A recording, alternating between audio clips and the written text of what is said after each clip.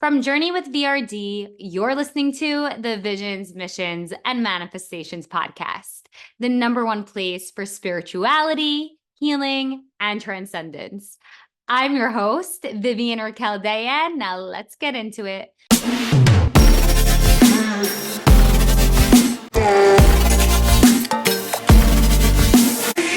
On today's podcast episode, we have Naomi Salfati, founder of AstroTorah. This is Naomi's second time on the Visions, Missions, and Manifestations podcast, and we are so glad to have her here. For those just hearing about Naomi, she brings together astrology and Torah and teaches through the lens of the ancient Kabbalistic wisdom. Today, we're here to talk about all things witchy, what it means to be a witch, the witch in Judaism, and the history of the Jewish witch. To ground our listeners in Naomi, can you please remind everyone of your astrological trio as well as maybe some astrological forecasts for the spring? So my personal placements, I'm an Aries sun, Sagittarius moon, Aquarius rising. In terms of the astrological forecast for the spring, we have a very positive and beautiful spring. The energy of April are really positive. We just had Mercury stationing direct today after a long retrograde. Mercury was, yesterday we had a beautiful and cosmic energy in the heavens with Mars in Cancer, supporting Saturn in Pisces, supporting Uranus in Taurus, which really are the energies of a spiritual awakening that's very supportive and very supported, with Neptune, the dreamer, the planet of illusions and dreams and the subconscious, having recently re-entered Aries for the first time in 165 years. We are birthing a whole new consciousness and subconsciousness. So the universe is ready to tell a new dream. The collective is about to dream bigger. Aries is the sign of the warrior, ruled by Mars, cardinal fire, initiation of action, war, fighting for what you want, getting what you want, how you attract what you want. Aries, the warrior, has now Neptune, the dreamer, the subconscious. So the spiritual warrior has entered the chat. And we are witnessing this massive collective spiritual up level. And yesterday was those very beautiful, holy spiritual energies with Venus retrograding in Pisces. Just stunning. Positive, joy, manifestation, all exciting, good, positive, supportive, freedom, good stuff. Wow, I feel like we really need that. And just so the listener knows, today, as we're recording, it's April 7th of 2025. It's so funny that you say those things because I recently, last week, made a very big decision in my life.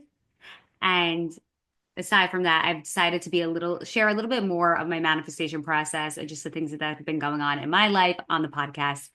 But I recently quit my 9 to 5 job, and it's taken me a really long time to get emotionally and mentally at a place where I feel safe enough to do that, aside from financially, but just like get there energetically. So it's interesting to hear that what's going on astrologically is you're being called to your next layer, your next level into this new realm of consciousness. Additionally, there is an energy with Saturn in Pisces. So we have Saturn, the planet of restrictions and limitations, but also discipline.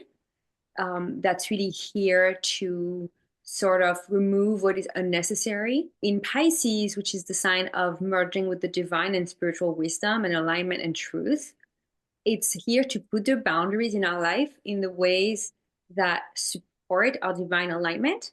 And what is no longer of service to you is being removed. And Yeah. Uranus in Taurus, Uranus is the disruption, the innovation, the collective freedom in Taurus, which is this earth, this realm, this planet. So there's the support of you are ready for more, and you will, now that you've tasted it, you can never go back. It really is an up level. Very Yes, powerful stuff. very powerful stuff.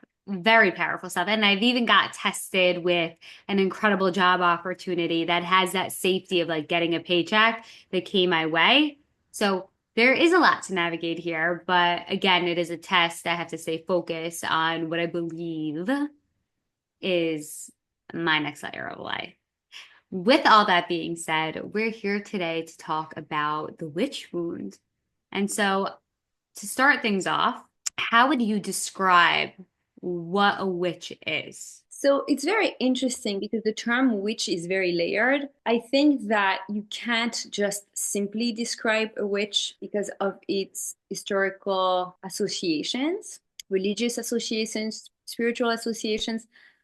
I think that there is a lot of confusion when it comes to what a witch means, what a witch is. And for some people, being a witch really is engaging in practices of spiritual alignment, healing, intuition, feminine power. So, for a lot of people today, especially in pop culture, there is this renewal of the usage of the term witch, but that doesn't actually describe what a witch is and used to be. So I think it's very layered, and I don't think you can so easily define what it is. I think that a lot of people have different ideas of what it could mean, but I do think it's important to understand. I think it's important for people to have a clear understanding around what it means and how they personally choose to associate with the term. And how would you describe the word witch? So in Judaism, it's very clear that witchcraft and witches are not to be associated with. They go against the accepted spiritual channels of connection with the divine. So there is a very famous verse that says, you shall not let a witch live." So in Hebrew, it's "Machshefa lo techaye," which translates literally in which you should not sustain, or you should not maintain, you should not allow her to live. So it's not actually a call to violence, God forbid, but it is a call to not sustaining the forces of witchcraft. And in Judaism, it's very clear that witchcraft is associated with negative energies. It's very clear from the get-go that this is what we're referring to. So I personally have a problem with people associating themselves as witches in a casual way because it fails to fully describe the extent of what it means to engage in witchcraft.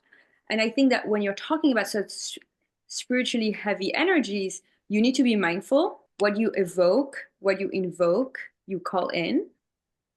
So the same way that we can tap into the positive forces of divine alignment, you can call in the negative forces of spiritual misalignment. And here we learn that there is a lot of dark forces at play in the world.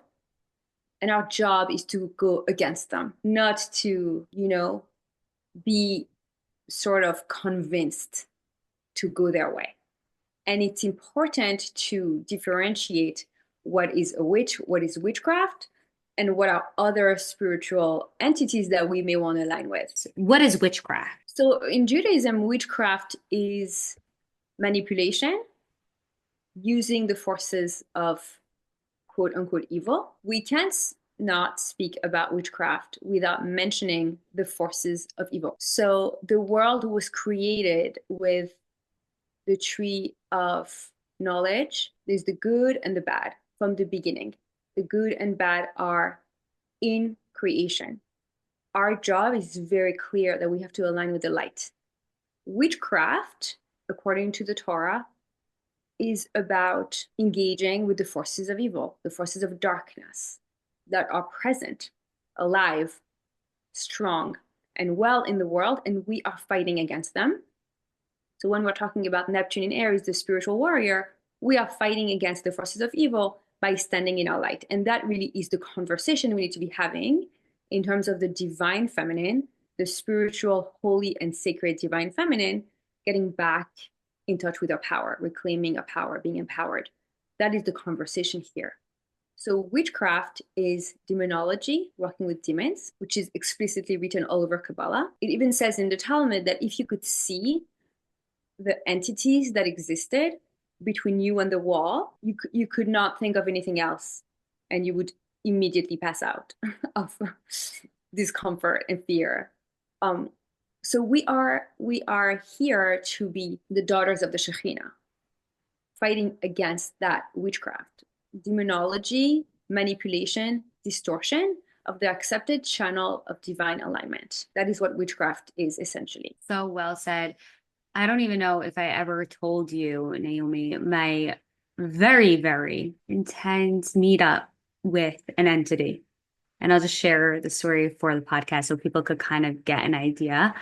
I had just finished facilitating my first retreat. It was the end of 2021 or 2022 in upstate New York. It was a healing retreat.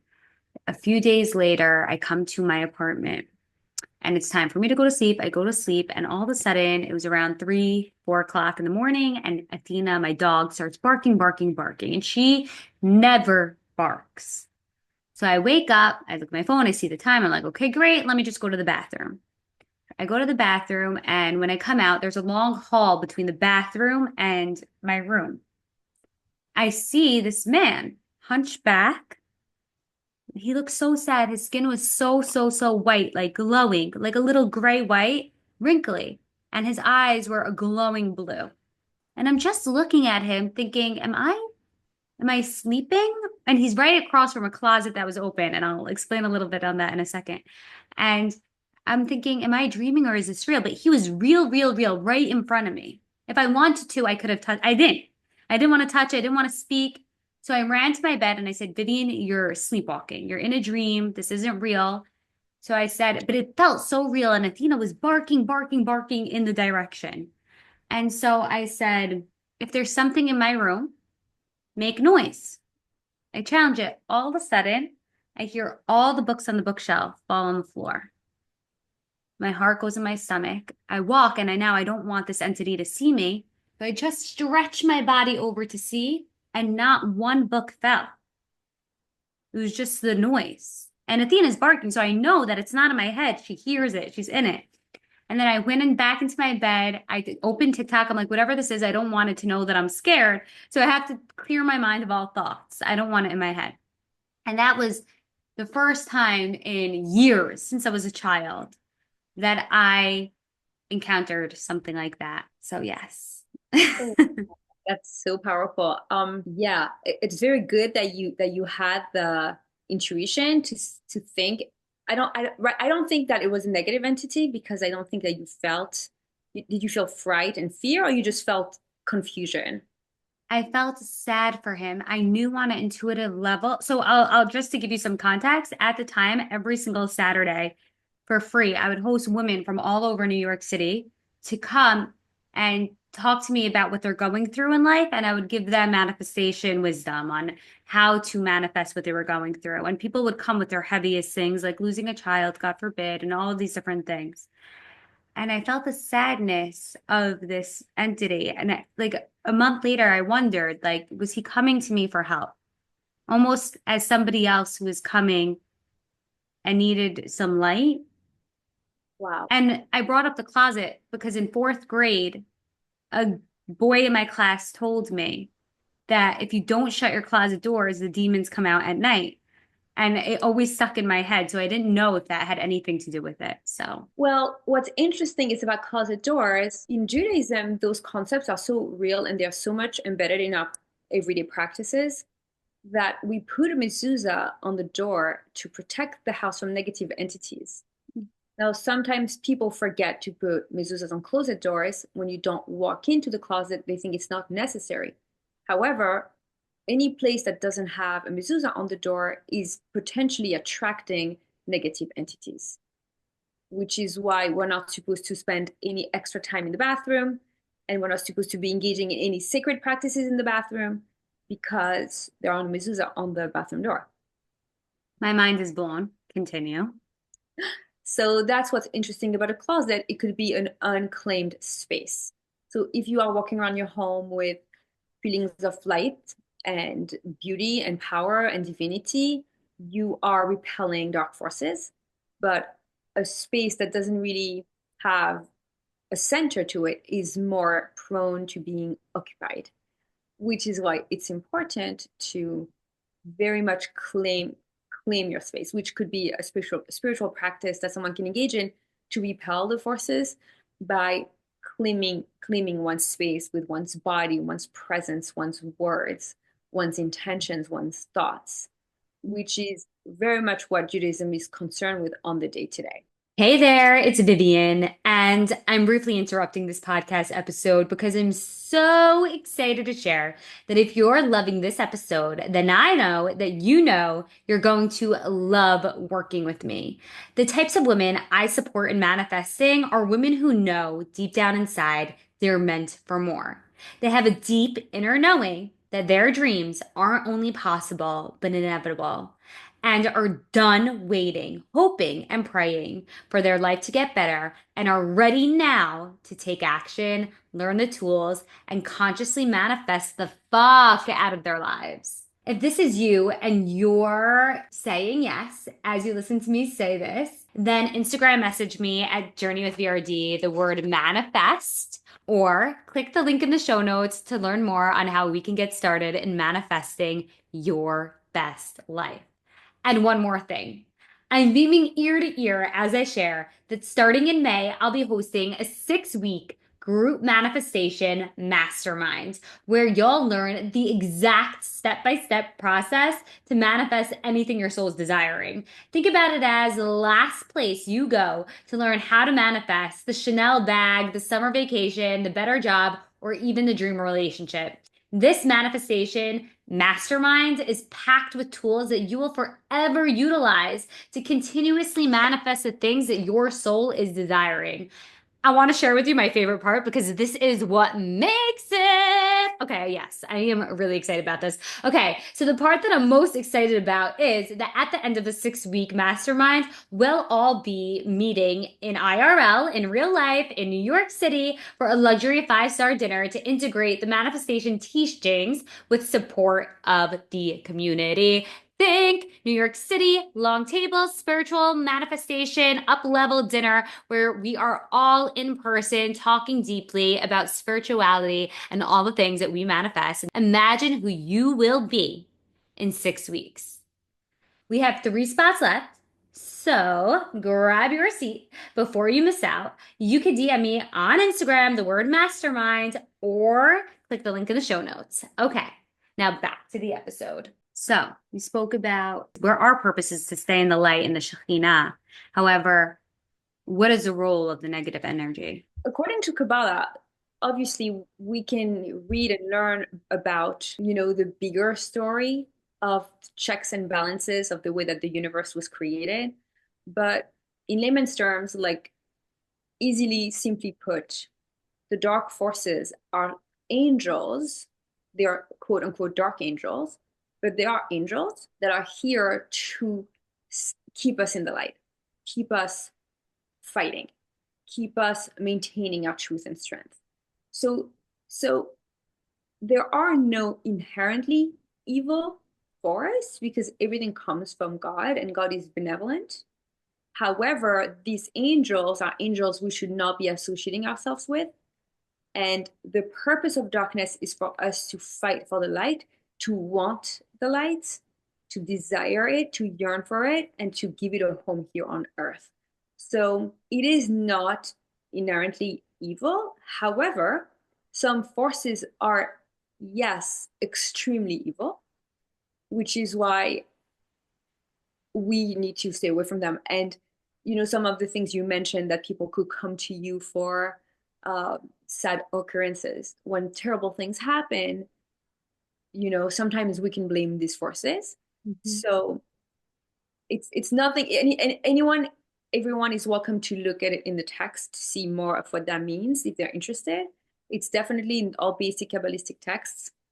There's a lot of demonology. There's a lot of the energies behind demons, the energies behind the dark angels, the fallen angels is very big in Kabbalah. So that's all available for people to explore it. But basically, These are powers that we actively need to stay away from. And when we claim our divinity and our divine alignment, we repel them, which is what we need to know. Thank you. Now let's talk a little bit about how do we, in our everyday life, reclaim and claim our divinity so that we can repel these darker forces.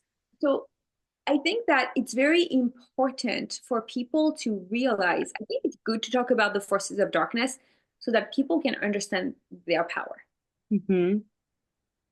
These powers are real, and your power to repel them, fight against them is very potent, and it's necessary. So intentionality is extremely powerful in Judaism. The Kavanah, intention setting, presence, connection with the divine, is how one repels these forces. Now, obviously, there are different degrees and levels and layers based on what one is experiencing, or one's lifestyle, or one's community. But living an aligned Jewish life, following Jewish practices, is meant to keep us divinely aligned. Okay. I love how you explain that. And just like we spoke about how the witches, as Judaism explains in the early texts, as people who worked with dark angels, you use the word she when you were talking about witch. And so I have to ask, are witches only women? Or were witches only women? In the Torah, when it says you should not let a witch live, it talks about women, Marshefa. Ah. Um, Now, there are also wizards, sorcerer. Wizard is not the right word. Sorcerer and sorceress are the right words. But what's very interesting here is as much as, yes, there are sorcerers that are mentioned in the Torah, there are sorceresses. The energy here that really we want to talk about is the divine feminine and the dark feminine. So the dark feminine, which is the abandonment of the Shekhinah, which is the opposite of releasing the divine feminine, is what we are really against, because the purpose of our existence is to release the feminine. But the Shekhinah, the divine feminine presence, is in exile in this world. And by taking aligned action and connecting ourselves with the divine, fulfilling the purpose of our soul here on earth, we release her. We And what expel. is she? What is the divine feminine for the person listening that doesn't know what that is? So the divine feminine is the feminine aspect of God. So God is obviously the embodiment of the sacred union of divine feminine and divine masculine. In this world, in this iteration of God's grand plan, which is this earth human experience that we're all in, the divine feminine is the part of God that is here with us, and the divine masculine is quote unquote in the heavens. Hmm. And together we unite. Together, when we align, we release the Shekhinah, so we free the divine feminine, and we are emulating the desire to have God do the same thing with him, so that it could come into sacred union and we could be fully released, and this experience would come to an end with the coming of the Messiah and the redemption, the final redemption, which is peace on earth, freedom for all, abundance for all, no more wars, no more pain, no more suffering, no more hunger, divine knowledge known and understood by all, integrity, the human Mm. experience at its peak, the human experience having succeeded, all of us in peace, all of us embodied the way that we need to be embodied, really revealing the specific facets of God that we are here to shine. So the final redemption is the goal. And the Shekhinah is here with us in this galut, in this exile. And every single one of us is tasked to free their own divine feminine. And obviously, that's above genders, above sex, above all of that. This is an energy of the divine feminine. When we free the divine feminine in us, which means when we align more with her, and only we individually know what that means because only we carry a specific spark of her. When we Mhm. align and when we liberate her, then we are spreading that collective redemption. Wow. So have you ever heard of this whole theory around the new world? It's a very Dolores Cannon thing, if you know her, where it's like the world is splitting right now. And Mhm. based off the choices that you make and how aware your consciousness is, you're being put in this new world. And that kind of reminds me of what you're talking about with redemption, the final redemption. Mhm. And so, could it be that we are both experiencing the final redemption as we experience this phase in the reality as we know it right now? Believing in the coming of the Mashiach, the coming of the Messiah, and the final redemption is a core Jewish belief. It is one of the 13 obligatory beliefs that a Jew must uphold. So we know now that based on the timeline of the world's existence, we are very much in the birthing of the new world. We can say that, and that's supported by the cosmic alignments that we've been seeing with Neptune entering Aries, the spiritual warrior, the self ready to claim its spirituality, ready for something new and grand and up-leveled and divine and magical. Absolutely, this is the new world. This is the redemption incoming. Yes, 100%. And in the words of Dolores Cannon, it's the new world, and we're in the world of the splitting. But we, according to Jewish theory, we are absolutely in what's called the birthings of the Messiah. So the birthing, right? The transition, the contraction. Um, Absolutely, yes. This is what is 100% what is happening. Just Yeah. like we spoke about how witches really use the fallen angels, the dark energy to maybe manifest or to make things happen. What would you call somebody who uses archangels or positive energies, or and how would you even explain what those angels are? So it's very interesting to note that according to Judaism, the word which has at the root of the word kishuf, which means sorcery, and that sorcery is understood to be a manipulation of some sort.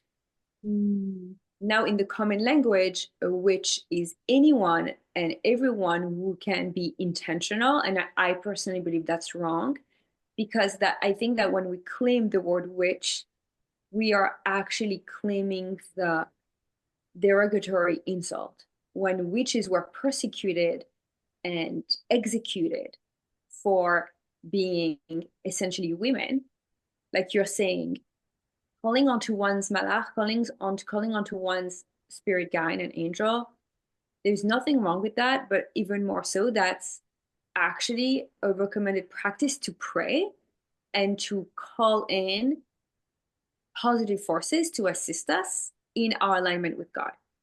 So it's not that we need the counterpart, as in those are dark angels and those are good angels and those are bad. And this is a witch and this is a fairy.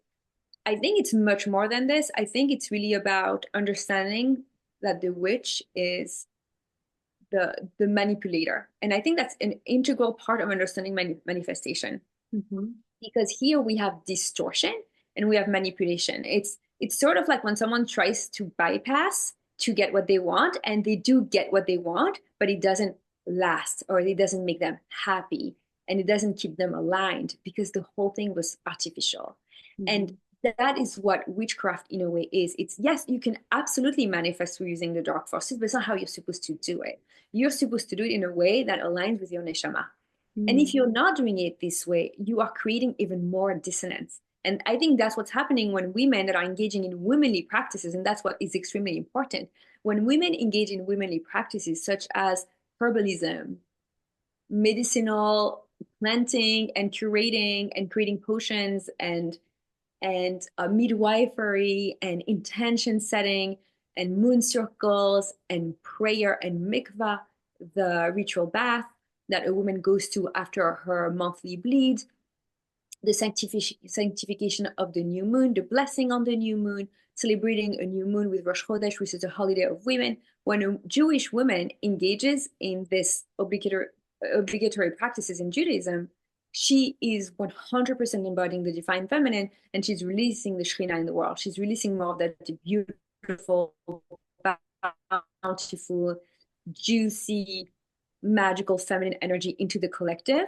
And that is not something that is reserved for the fairy, the magician, the witchy woman. It is not, on the contrary. And when women call themselves witches, what they're doing that they're not realizing that they're doing is they are associating more of that disconnect between what they try to take away from us.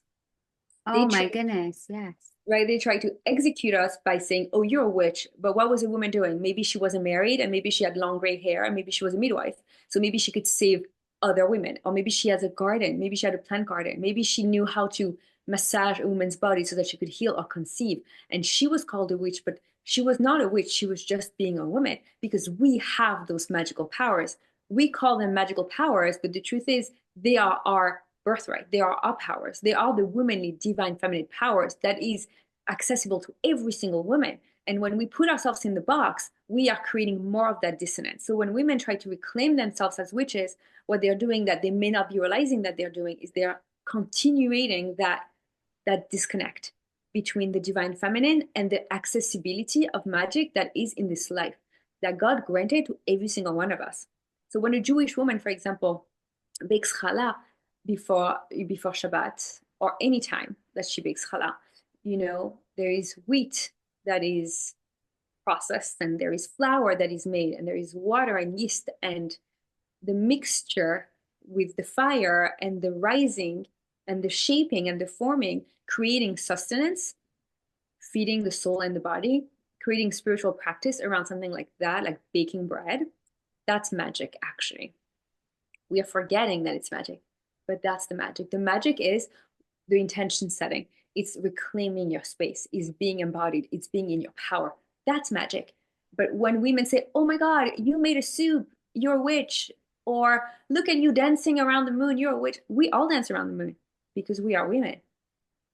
We, Mm, we go to the ritual bath because we align with the cycles of nature and our own cycle, and we honor our body because we are women. because we are women.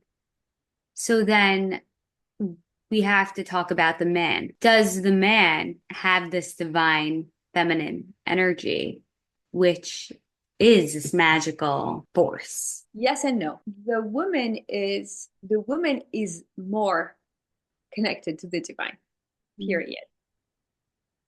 That is something that everyone has to accept because the woman can create life and can birth new life because every single human comes from a woman. The woman is inherently superior. Is she superior, quote unquote, because she's just as necessary and needed as the men for creation? But just the creatrix in her, the creator in her, the womb, that is an extremely powerful organ. The divine feminine is an energy that is in men as much as in women. And in my work, through astrology, through Kabbalah, through guiding people, I work with a lot of men. The men that I work with are divine feminine men. So very often they have strong Cancer placements. Very often they have strong Gemini placements. Very often they have strong Pisces placements. These men are much more sometimes embodied divine feminine that many women are. And I see that in my work on the day to day. And I have a good amount of regular clients that are men that are divine feminine embodied men, 100%. Now, I like to say, because I believe and I have witnessed it through my work, that the divine feminine is the most exiled within a man's body. The work to unearth, release, relieve the divine feminine in a man, when I see her inside him, when I see how much she wants to come out and how stuck she is and how hurting she is, that is the real galut. That is the real exile of the Shekhinah. Because the woman just has to bleed. She just has to bake. She just has to bathe to connect. So those practices are much more accessible to her. But for a man, there needs to be more intention setting. There needs to be more unearthing, more releasing. So the man has to do more work. Therefore, because he has to do more intentional work, the work can reach much higher Mm. because it required much more effort. So much more godly force to align for the release. When a woman, it comes naturally to I love how you said that. Uh, I'm thinking about my brother. He is 10 years younger than me. And we have conversations like these a lot. And he says, "Well, what do you say about the woman being made from Adam's rib. And he likes to say that, men happen to be more superior because of that fact. So I think that's very beautiful to say, I mentioned the woman being superior, quote unquote, because she carries a womb, and the idea that a man is actually superior because she comes from him, and then they really are equal. And that is what we are going for. We are going to build that Mm. perfect harmony, beautiful equilibrium between the divine masculine and divine feminine, where they are both aligned, and together we have God. And when is God the most present? I'm not gonna say that right now because we can't get too much into details. But let me rephrase. During the act of intimacy, during the act of physical intimacy, and to take it a step further through orgasm, where both the men and the women are present but gone, right? They're here but they're lost in Mm. pleasure, in desire. They are both present and they are united and they are potentially conceiving. That there you have it. That's God right there. Mm. It's present, but it's transcending and it's creating. And that is life. And that is what we are emulating and creating. So, absolutely, there is an element of difference, but equality. So, the woman has an easier access, right? She's closer in a way. But when the man does the work of aligning, he becomes closer. So, we have a beautiful dance. And it's not about, well, I have the womb, I'm superior, because the womb, which is this magical organ, which by the way in Hebrew is called rechem, which is the root word for the word compassion, you need that drop, you need the seed. Mhm. And for a man to just leave a drop and then leave, and he can still create like the power behind that, the power behind the fact that you don't even need to be there. This child can have your face and will carry your name, and what sort Mm. of power is that? That's tremendous power. Now, the concept of the woman coming from the rib of the man, first of all, it's important to know that God created men and women as one at first, right? So there is an element of equality before we get into the division. And when we talk about the divine feminine, there is an energy of devotion and receptivity, which is the opposite of the masculine energy of work and productivity. Mhm. So she comes from him, right? And there's an element of, I come from you, I respect you, I honor you, I revere you, which is important for the divine feminine to have that energy of devotion towards the masculine, right? Because if the divine feminine is in service of the divine masculine, the divine feminine is in service of the divine masculine. So you can see it like that in a relationship. When you have a woman that's willing to quote unquote serve, she's willing to serve. So she feels loved enough, empowered enough, excited enough, in love enough to serve, to do, to cook, to cater, to give her man a cup of tea, to make sure he's okay, to love on him, then he will worship her.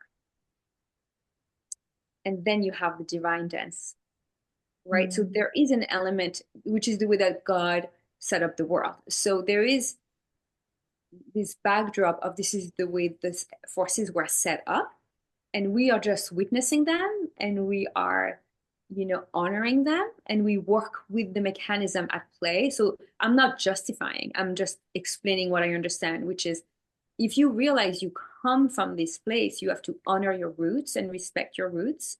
And if you can be in devotion, you can be receptive, you can receive, then the divine feminine is at work, and then you can receive all the blessings, all the brachot. And that's the opposite of the hustle. Mm. Really being in flow. Being in flow and being willing to challenge the narrative. Maybe it's okay to serve because I am so adored and I am cherished and I am worshipped, so I can serve. You're not controlling me. I'm in my own power. I choose to serve. So your brother is not wrong, but he's not right either. I love that. When I asked you to come back as a guest on the podcast to talk about the witch, you said, of course, it is my purpose to talk about this. And I want to hear a little bit about why. I'm I think that I'm very connected with the idea of alignment. And I see this pillar of fire, which asks of us to reclaim it and to stand underneath it and to let the divine flow reach the world so the world can be freed. When women get involved with distorted ideas, such as, for example, instead of reclaiming themselves as women, they reclaim the insult, which is the witch used to be the insult.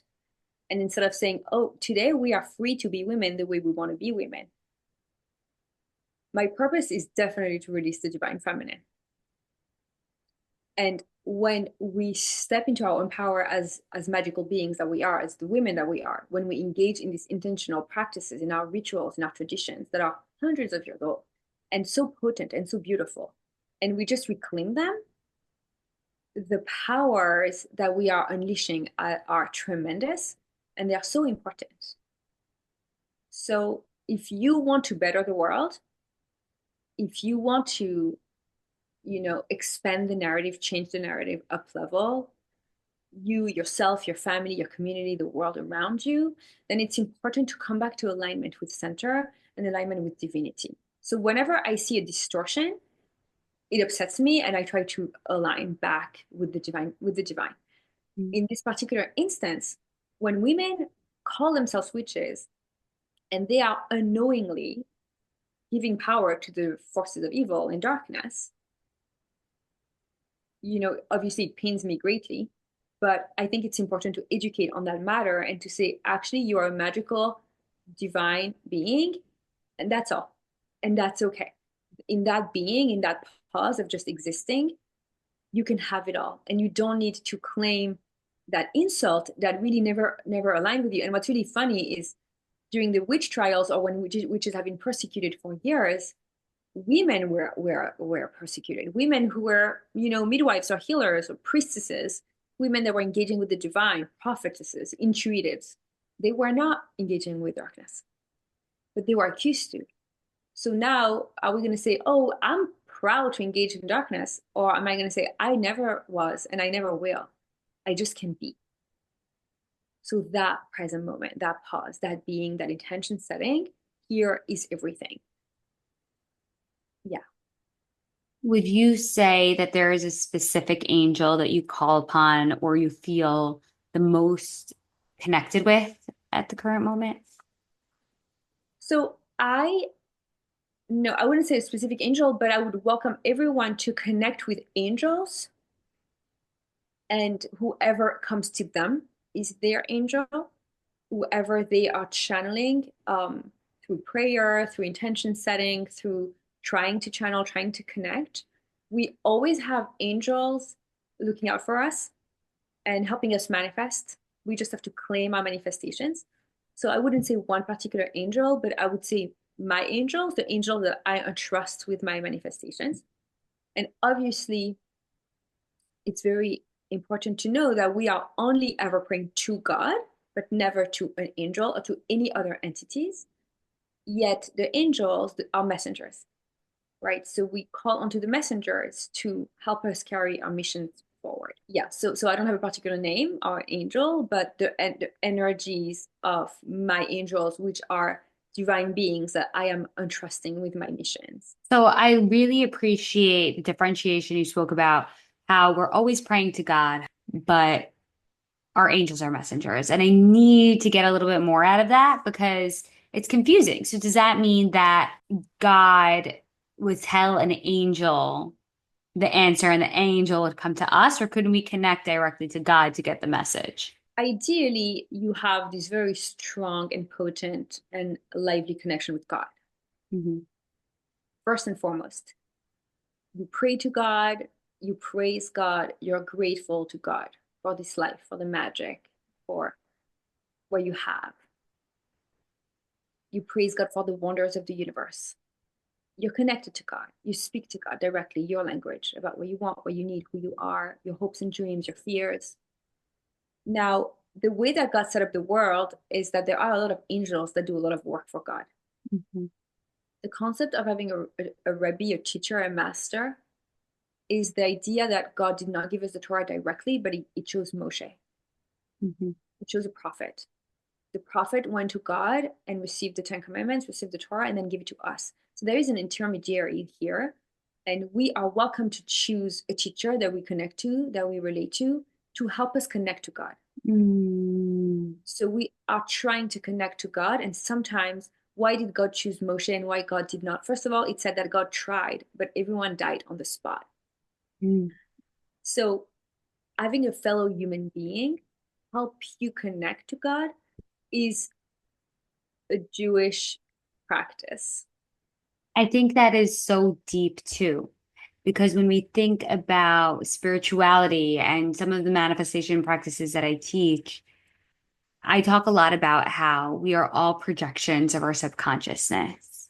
And whatever belief system is playing is what we see, right? We manifest based off who we are. And if we are still the things we don't wish, we're going to call those in. And that people are and relationships are the quickest way to grow and to reprogram these subconscious and limiting beliefs because once we've reprogrammed them, they won't hold the same power over us and we won't feel that same trigger when we encounter them again.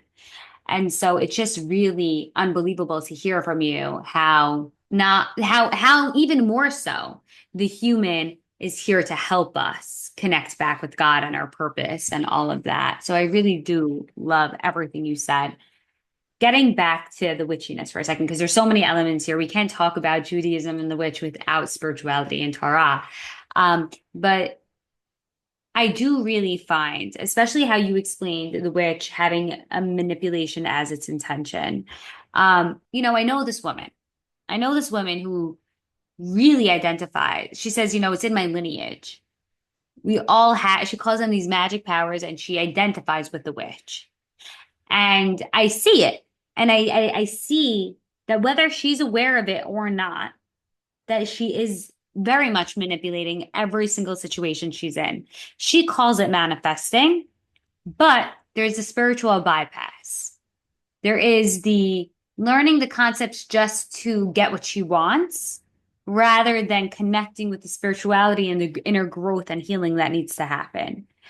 And I'm curious on a couple of things here. One, are there some people, and maybe this is in your chart and more of an astrological thing, are there some people who are, I don't want to say more powerful, but way more, it comes easier, they could do bigger and more impactful? I think absolutely. I think like everything and anything, some people are smarter than other people, and some people are more intuitive than other people. Absolutely. So I think that if someone was a witch in a past life and she was manipulating heavily and she was using forces of darkness, it's like a nature to her. Mm-hmm. So in Judaism, we would believe today that our tikkun, or repair and rectification, is to absolutely not involve in anything and get involved in anything like this anymore. But it's to manifesting through natural ways, Mm-hmm. by alignment with the divine, by aligning with your soul's mission, by aligning with your authenticity and your integrity.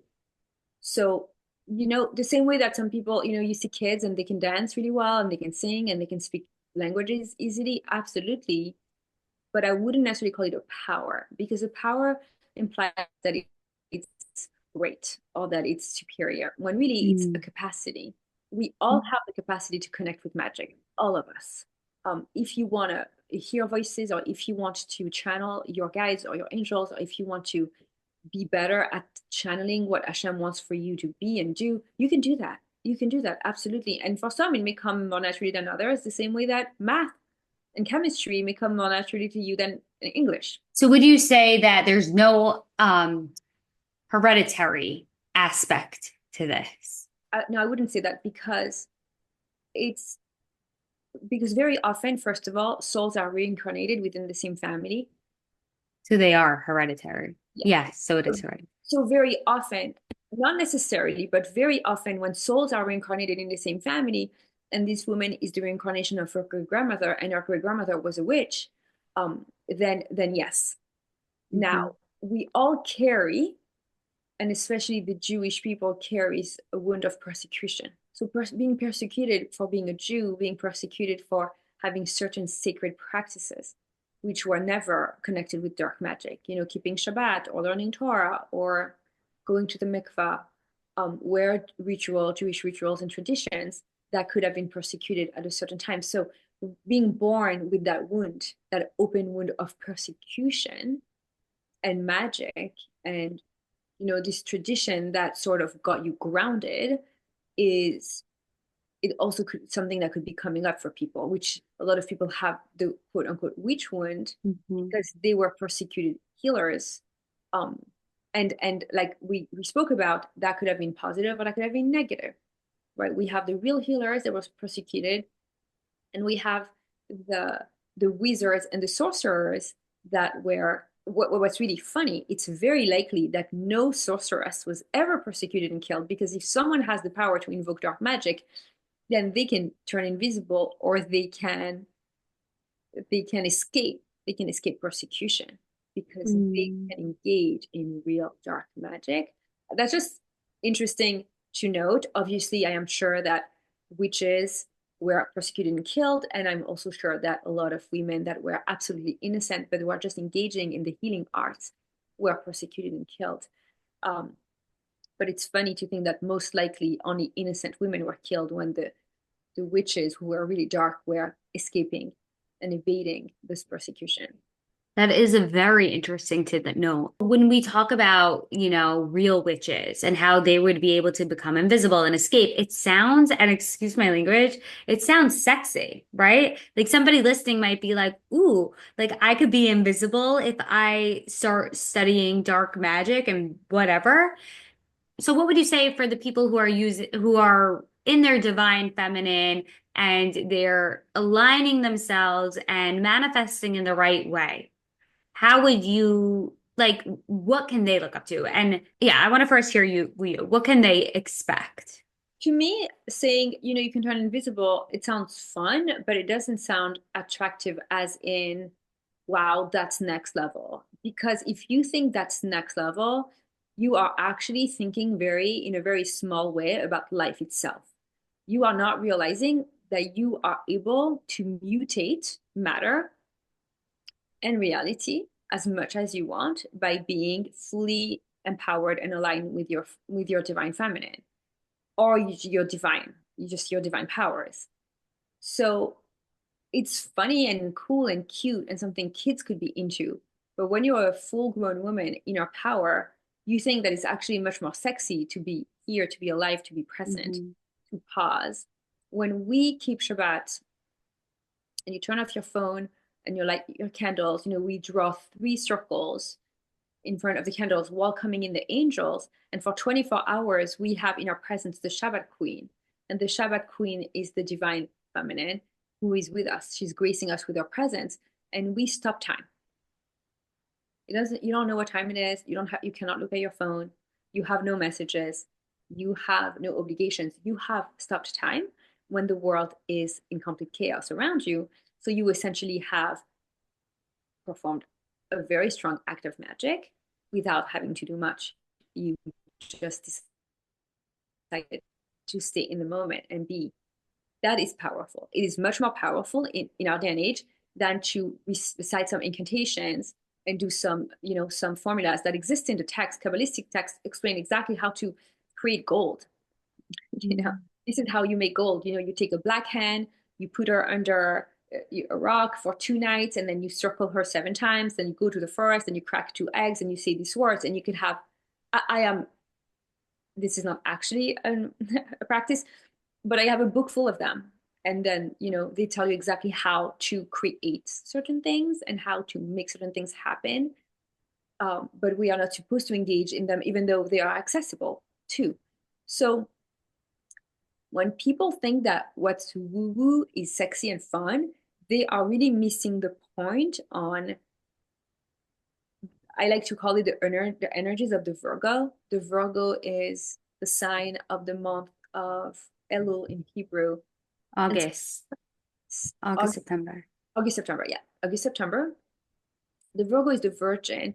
She is that pure and perfect energetic force that yearns for God and yearns for the divine.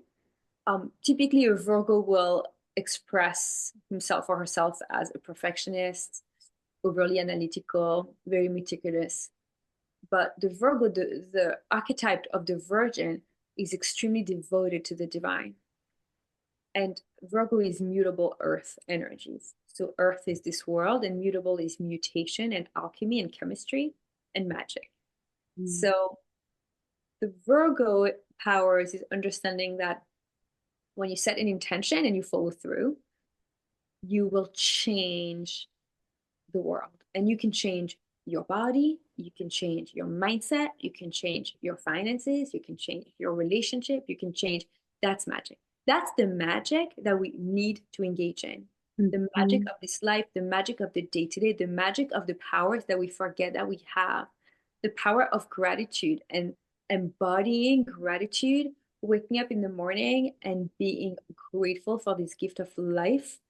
That magic that is too intentional for people. They would rather say 3 words and become invisible for 5 minutes to get a lot of money, or to, make their crush fall in love with them, or whatever is very artificial and superficial and is not actually going to serve them in their greater story of divine alignment. Yes. Yes, mic drop. Okay, so if there is somebody listening and they want to learn more on how they can start a ritual, maybe it's a daily ritual to connect with their divine feminine, what ritual would you give them? So the divine feminine, for me, the first thing that comes to me, if we are going to have to choose one thing for everybody right now, obviously I have a lot of ideas for a lot of different people, especially based on their astrological profile. I would recommend something different. The divine feminine is the receptivity. It's the capacity to receive. I would suggest picking a time of the day, maybe noon or maybe 2 p.m. I think the morning are typically hectic for people. Pick a time of the day where they set up an alarm to sit on their couch or on a chair, turn off their phone for 5 minutes and just be. Mm. And just learn to be, learn to just exist. And you don't have to meditate, you don't have to engage in any practices, you don't have to, this is not about homework, this is not about a habit that's going to make you more productive or more successful or more spiritual or more anything. This is about existing. This is about remembering that you are in control of your time, of your life, of your choices, of your intentions, of your capacity to be. You can take 5 minutes and it could feel like an hour because of your intention. And then you remember that this is your life. Like, you made the brave decision to quit your job, which is a tremendous, tremendous decision. It is your life, right? And you yourself you're the model of, I've been taking control. I've been taking my power back all these years.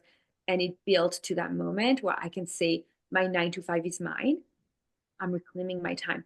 But for someone who's not there yet, to make peace with the idea that their time is theirs, and you certainly have 5 minutes every single day to give yourself.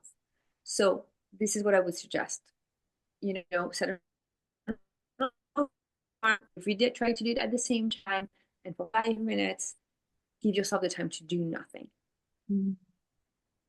I actually absolutely love that. It's important to know that most spirits are not negative and they're not here to harm you. And I think that when people drop that fear, they may start to notice them more. Mm. And people are sometimes, they make up stories, they didn't hear that sound, or they didn't see that shape, or they didn't feel this because they're afraid. But actually, you could drop that fear because those energies are around us all the time. And the Torah also tells us exactly how to repel these dark energies. So for example, you want to make sure to have mezuzot on your doors.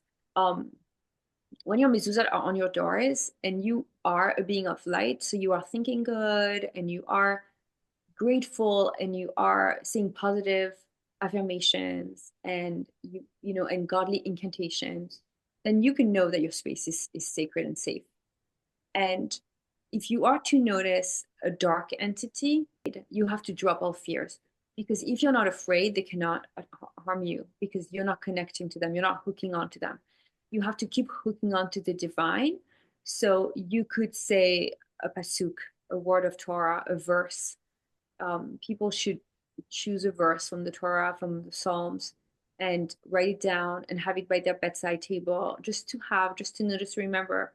If you feel, and sometimes it's a person, sometimes, it could be a cop, sometimes it could be someone in a grocery store that is a little too close to you, and you're not liking their energy, and you know that something's off, and you feel bothered, then you can say that verse. And there are also, um, you know, physical ways to disconnect and to create that boundaried sacred space, so people cannot harm you or attack you. And I think that everyone should have that in their toolkit, just to use, and that will make people that have the capacity to connect with spirits but are afraid, maybe connect with the good spirits. Mhm.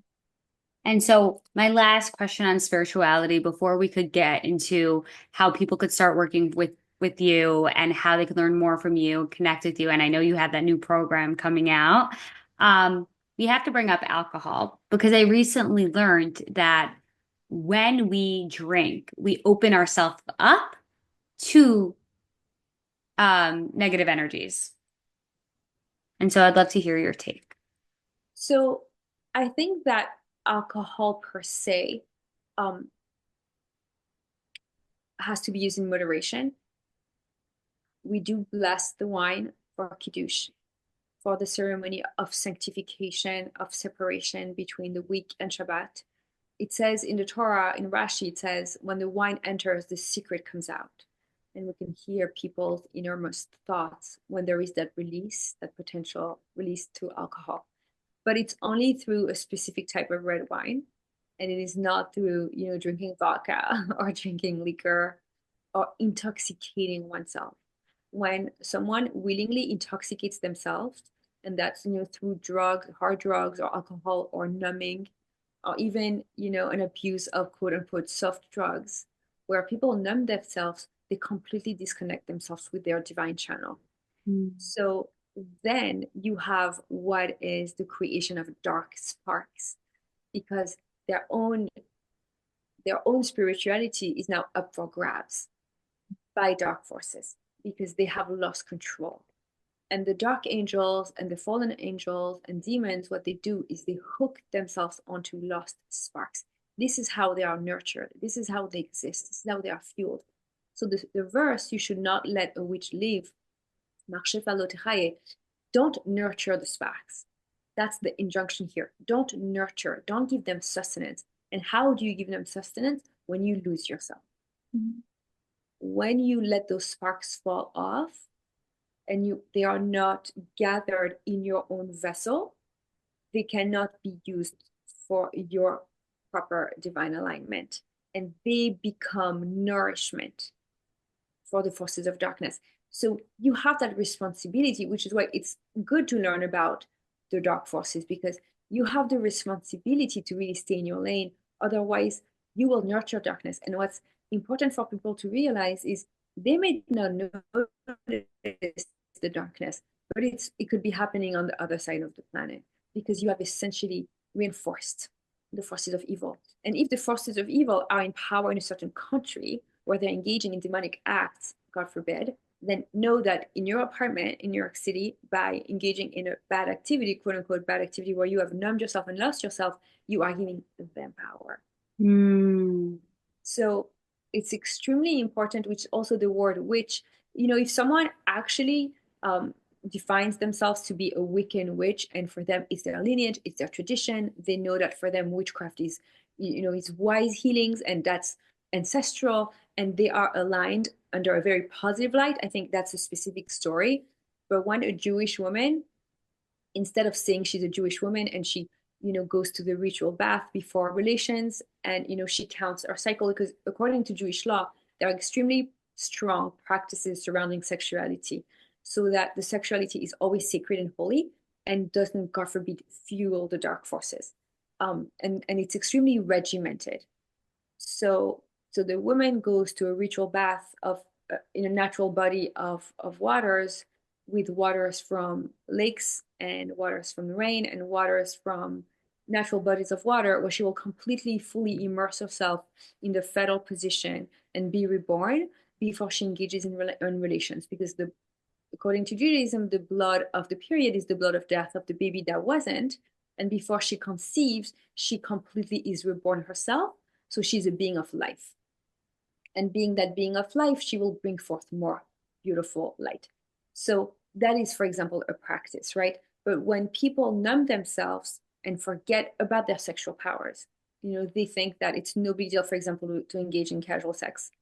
It's an extremely big deal, because it is some sort of an intoxication where one forgets their power and forgets their responsibility, which we have, and unfortunately could, without knowing it, really strengthening the forces of darkness. So as much as one can, one should stay in their lane of light, of divine alignment, of integration, of embodiment of the light, so that we experience that peace in the world. We all have a say in the collective freedom, in collective redemption. So that's why it's important to learn about these energies. And I think you really enforced and explained that importance in this episode. You awakened me to a whole new perspective. So thank you. For the listener who cannot wait to work with you, cannot wait to be a part of your world, how can they follow you? How can they learn more about you? And is there a program right now that you are promoting and open for enrollment? So people can find me at AstroTorah on Instagram. And from there, we have all the links for the podcast and the Substack and the bookings if people want to work one-on-one. And I am offering a group container on basic astrological concepts after multiple people have reached out to do something like that. So it's going to be 6 weeks, and we're going to be gathering and learning about certain basic astrological ideas so that people can use astrology, which I believe is a very important tool to help people align with their own very specific light and learn how to release their own divine feminine. And astrology, by the way, is also a way that the Torah describes could be used for witchcraft, and to stay away from there. And because of that, people think that astrology is not kosher, it's not Jewish, it's not okay, it's it's distorted. But people can manipulate what they know about the stars to bypass and manipulate their reality, right? So we're not doing that in astrology. In Judaism, it's very aligned with the transits, and it's very positive, and it's forward thinking, and it is all about connecting with the light. So yeah, AstroTorah. Hey, if you like this podcast episode, please download it, give us a nice review, and follow us on Instagram at Journey with VRD to get all the latest and the greatest updates. Till next week.